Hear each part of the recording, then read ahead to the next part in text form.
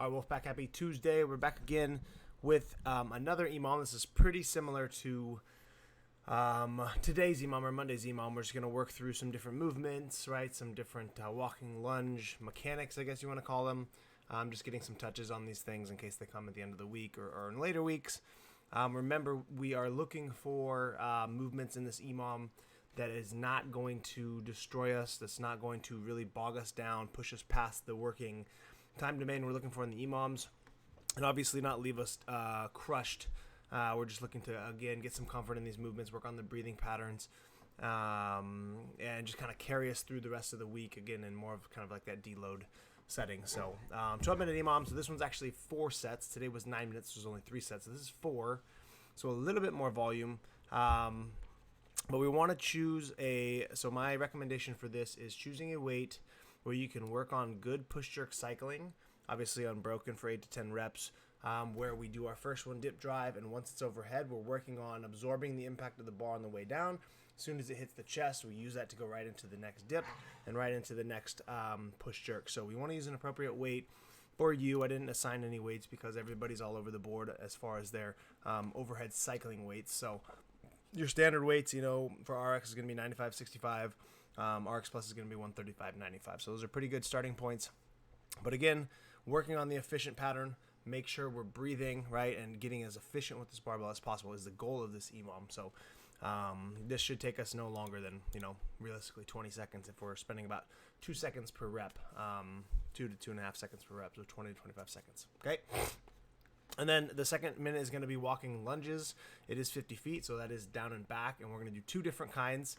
We're going to use 2 dumbbells for the first one. It's going to be a front rack walking lunge, okay? So they're both going to be on the shoulders. You can hold it here. You can hold it behind the head, whatever's comfortable for you. We are going to go down and back, and we need to choose dumbbells where we can make it 50 feet unbroken, okay? Especially in this EMOM, since we do get a rest here, we want to kind of extend ourselves a little bit longer, make it 50 or 25 feet, turn around, and come back, okay? And then we'll rest the third minute. The second round, we're going to do the same shoulder overhead movement here.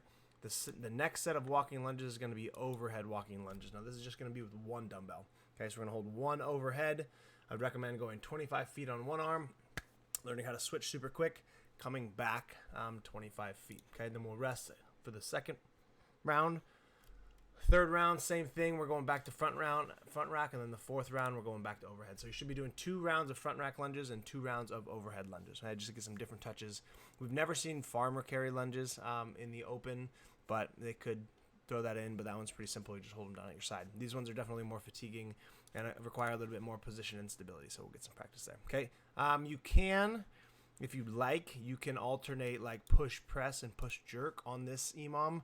Obviously, 10 push presses is far more fatiguing than the push jerk, but if you are one that kind of struggles to cycle the barbell using your legs, this is a good opportunity to slow things down, right? Use a workable weight to work on the dip drive of the push press. Okay, push jerks obviously incorporate a little bit more of the entire body, leg drive, punch underneath, but the push press, as you get tired, requires a lot more legs. So you kind of have the options here to choose what shoulder to overhead method that you like, but I would definitely recommend working on the push jerk since it is the most efficient cycling motion of the barbell. Okay, so you got 4 sets of that, and then our gymnastics work for this week is going to be kind of an open-ended kind of an EMOM-like, but there should be rest and we should be getting fully recovered so that we can kind of break down that set of movement, determine if we want to do another set of that movement, if we want to switch it up. But we will be starting with calories on the rower to add some fatigue, okay? So it's every 5 minutes for 4 sets. You're going to buy in with row cals. So we're looking for a calorie count that's somewhere between 90 seconds and 2 minutes, and we're going to increase our pace as we go along to build a little more fatigue, get the heart rate up, get the blood flowing, to impact our gymnastics a little bit. So 30 calories for the males, 24 for the ladies. Okay, you're going to do the first quarter of it for males, 10 calories, 8 for the ladies, easy. And then the next, next third calories, so from 10 to 20 and from 8 to 16, you're going to do it at a moderate pace. And then the final third from 20 to 30 or from 16 to 24 for the ladies, you're going to do it at a very, very fast pace. Okay, so this is obviously going to pump up the biceps, the forearm, the midline, the legs.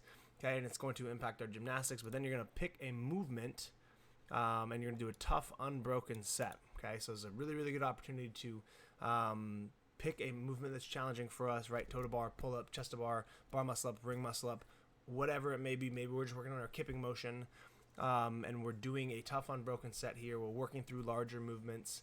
We're focusing on the kip, the breathing, the efficient pattern, and just getting comfortable doing these movements under, some fatigue, okay? And we do get a little bit of rest period, so how this shakes up, should call this 2 minutes, right? You're probably going to rest 20, 30 seconds, do a movement, 30 to 45 seconds. You're going to have somewhere between 45 seconds and a minute of rest. And then as we get back onto the rower, this third easy is going to take at least 30 to 45 seconds. So you'll basically have that rest period plus the intro to the rower. So it's going to be well over a minute of rest, okay? And again, things to focus on your gymnastic movement is utilizing as much of the body as you can, maintaining tension through your kip, your arch, and your hollow. And of course, breathing, as always, is very, very challenging in these gymnastic movements, especially in the pull-up motions. Okay, toes to bar is a little easier, right? Breathe with your chest forward, exhale as you come back. But it's a good opportunity for you to pick a movement, right? And obviously, the coaches are going to do their best to get around to everybody and take a look at the movements and then help add progressions or add technique help as much as we can in this. So, okay, that's a pretty basic day today. Again, we shouldn't be leaving the gym completely smoked. When I say tough, unbroken set, it's not meant to like go to failure. We're just forcing ourselves to go bigger than we normally would in a Metcon scenario. Find some different fatigue factors, right? Maybe sometimes through these bigger sets you find out more about the mechanics of the movement, and then the next set you replicate it, and it makes more sense. So, plenty of ways to do this. But if you're looking for ideas on these in the open, we always see toes to bar, usually always see chest to bar, always see bar muscle ups. Okay, the other two, regular pull ups and ring muscle ups, are less common, so I'd prioritize those if you're looking for something to choose for the day. But other than that, great little Tuesday, little technique work. Have a great day. See you in the gym later.